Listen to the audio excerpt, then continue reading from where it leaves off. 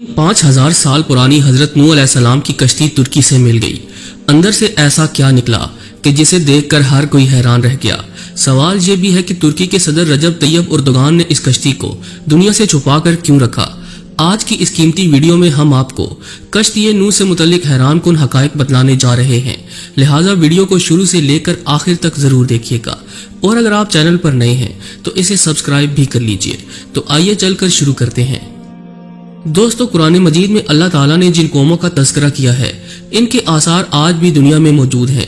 इन कौमों को अल्लाह ताला ने इनकी नाफरमानियों, खुदा ताला की ज़ात से इनकार, रसूलों, नबियों और उनके मानने वालों पर जुल्म सितम की इंतहा कर देने पर सख्त सजाएं यानी अजाब दिए। और कुरान में हम मुसलमानों की इबरत और रहनुमाई के लिए इनका तज़किरा किया।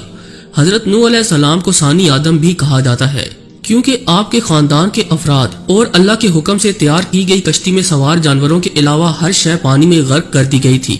हजरत नूह अलैहिस्सलाम की कश्ती पर 8 अफराद सवार थे। हजरत नूह अलैहिस्सलाम, आपकी अहलिया, 3 बेटे और बहुएं, बाकी मुख्तलिफ इकसाम के जानवरों की जोड़ियां थीं।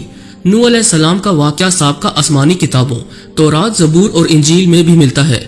एक अरसे से साइंसदान हजरत नूह अलैहिस्सलाम की कश्ती की तलाश में थे। गैर मुस्लिम साइंसदान ये सवाल करते कि अगर तूफान नूह आया और हजरत नूह अलैहिस्सलाम चंद इंसानों और दुनिया के तमाम तर जानवरों के जोड़े लेकर देव हेकल कश्ती में सवार हुए और पानी के बदतरीन अजाब से बच गए, तो आखिर वो कश्ती कहाँ गई जिनमें इन सब मखलूकात ने सफर किया। हाल ही में चीन के ईसाई मुबल्लिगीन और साइंसदानों की एक तहकीकाती टीम ने कई माह पर मुश्तमिल अपनी तहकीक के इख्तिताम का ऐलान करते हुए दावा किया था कि उन्होंने हजरत नूह अलैहिस्सलाम की तारीखी कश्ती को तलाश कर लिया है। ये कश्ती मशरकी तुर्की में वाक़े कोहे अरारत पर मिली, जिसकी चोटी की बुलंदी 12,000 फुट है। माहिरीन की टीम का कहना था कि इस कश्ती की 3 मंजिलें हैं। यह कश्ती कई मीटर बर्फ के नीचे दबी हुई है। गुज़श्ता 200 बरसों से 1 दर्जन से ज्यादा टीमें हजरत नूह अलैहिस्सलाम की कश्ती को तलाश कर रही थी, जिनके बारे में कुरान पाक में आता है कि वो जूदी नामी पहाड़ी की चोटी से टकराकर रुक गई थी। नाजरीन, चीन के माहिरीन की इस रिपोर्ट को अमरीकी साइंसदानों ने मानने से इनकार कर दिया। उनका कहना है कि कश्ती की लकड़ी के नमूने जो फ्रांसिक जांच के लिए भेजे गए थे वो इतने पुराने नहीं हैं कि इनके बारे में वसूख से कहा जा सके कि ये हजरत नूह अलैहिस्सलाम के दौर की कश्ती है। जबकि चीनी माहिरीन की टीम का दावा है कि वो 99% यकीन रखते हैं कि ये वही कश्ती है जो हजरत नूह अलैहिस्सलाम ने 4800 साल कबल अल्लाह के हुक्म से बनाई थी। माहिरीन का कहना है कि इस कश्ती की 3 मंजिलें हैं और इसमें कई बड़े बड़े कमरे भी हैं और इन कमरों में लकड़ी के सतून हैं। अरब अखबारात ने भी इस ज़िमन में सवाल उठाए थे कि क्या वाकई ये हजरत नूह अलैहिस्सलाम की कश्ती है। अरब अखबारात ने लिखा कि चीनी और तुर्क ईसाई माहिरीन ने अपनी तहकीक के लिए कुरान करीम की उन आयात का भी मुतालिया किया था जिसमें कश्ती के सफर को बयान किया गया। माहिरीन का कहना है कि कश्ती के ठहरने के जिस मकाम की निशानदेही की गई वो साइंसदानों को कोहे अरारत की तरफ ले जाती है। गुज़श्ता 20 वर्षों में कई साइंसदानों ने कोहे अरारत का दौरा किया। उनमें से कुछ एक ने पहाड़ी पर बनी कश्ती की शक्ल की चट्टान को ही हजरत नूह अलैहिस्सलाम की कश्ती करार दे दिया।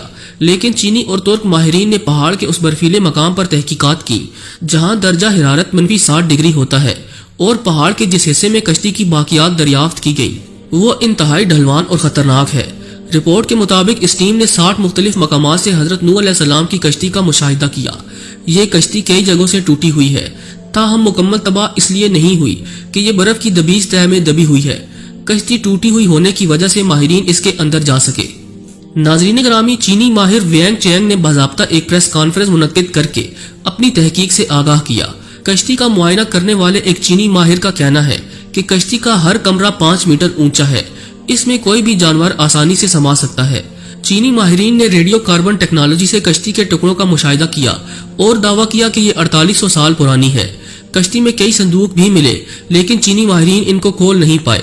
माहिरीन एक मरतबा फिर से जदीद आलात और एक्सरे मशीनों के जरिए कोहे अरारत का तफसीली दौरा करने वाले हैं, ताकि तमाम राजों से पर्दा हटाने के अलावा अमरीकी साइंसदानों के सवालात का जवाब दे सके।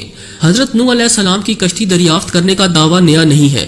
दूसरी जंगी अजीम में लियोनार्ड नामी बरतानवी फौजी लड़ाई में हिस्सा लेने इराक गया था। लियोनार्ड को तारीख और आसार कदीमा में काफी दिलचस्पी थी, इसलिए इसने इराक के बाजारों में मुख्तलिफ आसार कदीमा की अशिया खरीदना और जमा करना शुरू कर दी। जब वो चल बसा तो इसके बेटे साइमस के हिस्से में ये अशिया आई।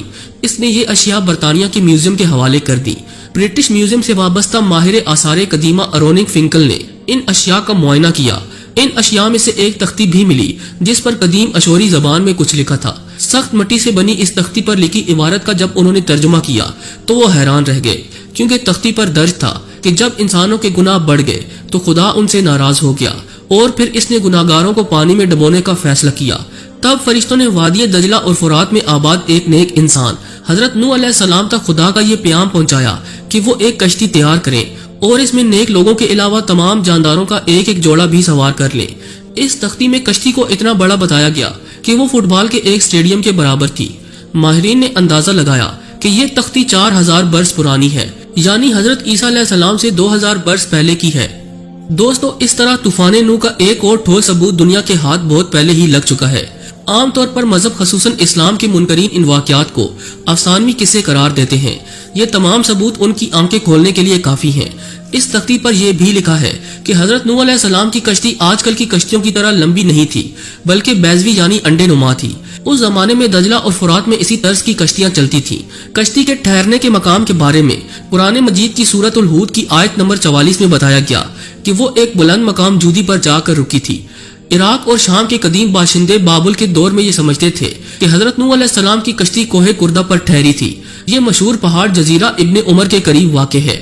یہ مقام بھی اب ترکی کے حصے میں ہے، تاہم عراق کی سرحد اس سے متصل ہے۔ مسلم تاریخ دانوں نے کوہ کردہ کو ہی حضرت نوح علیہ السلام کی کشتی کے ٹھہراؤ کا مقام قرار دیا، اسی لیے یہ پہاڑ مسلمانوں میں کوہ جودی کے نام سے مشہور ہو گیا۔